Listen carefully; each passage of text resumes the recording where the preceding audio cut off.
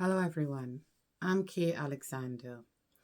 First, I would like to begin by thanking those who have already donated to our cause and really encouraging anyone who's visiting this page to visit our website, look at what we're trying to do, read the information contained within this campaign, and then please support us. We're looking for 500 new subscribers or 500 donations of $35.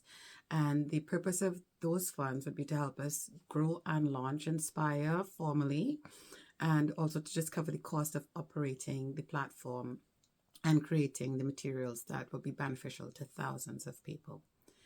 The reason this is such a passion for me is because I've worked for over 20 years in the system, and I am the parent of neurodivergent children, as you would have read or are going to read in the campaign.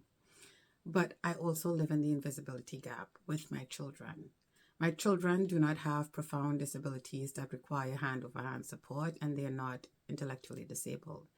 And that is the reality for many neurodivergent people who are autistic, have ADHD, dyslexia, developmental language disorder, anything that falls under the umbrella of neurodevelopmental conditions.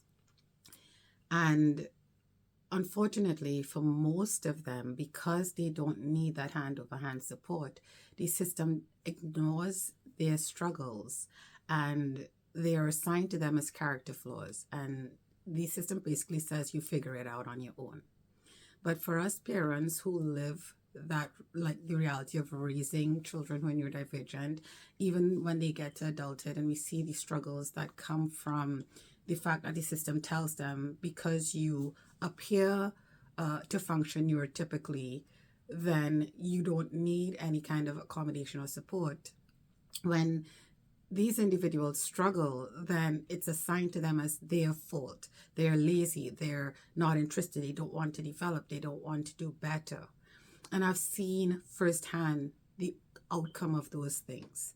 In the work that I've done, I have seen people fall to addictions, to mental health issues because of the stress of trying to navigate a system without the proper tools. I've seen people end up in residential care that could have gone on to live independent, productive, successful lives. I believe that when you have the ability to make a difference, to do something that can help others, then you also have the responsibility to do that. And that's what Inspire's about. I think about my own children, where they would have been if I didn't have the knowledge that I have. And when I go onto platforms and I see parents crying out and they're asking for help and they're asking for suggestions, parents are marginalized. We don't really count in the system except for people to say support your child.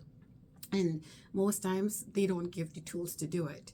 So you may go to a workshop and the workshop tells you something and it's one session, it seems really good. Then you go back into the reality of your life and you're like, how do I even begin to apply this information? The idea behind Inspire is to empower everyone, to empower parents first, because if we can start interventions that are meaningful from young, we can truly make a difference.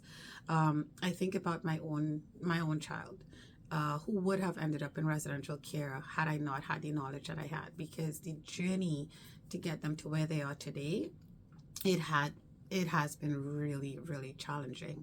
And I have two children. One didn't require as much support, the other did. Right? And both of them are neurodivergent with similar diagnoses. I want to Inspire the platform to help parents become empowered, to have the knowledge, to become the expert that they need. Services are thousands of dollars privately, and government services are waiting lists that are ridiculously, unrealistically long.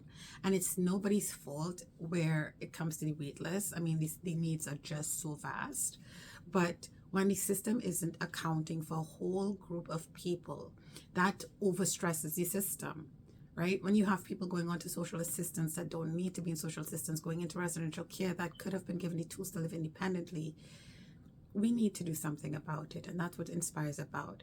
It's for the individuals, it's for the parents, it's for those who want to help, the educators who can see the signs and raise a flag and say, this person needs more. It is for the corporate space that instead of firing that person who's not producing, understand what they need to succeed. You know, I recently came across a story of somebody who was about to be fired because they have ADHD and they just are struggling to complete their tasks.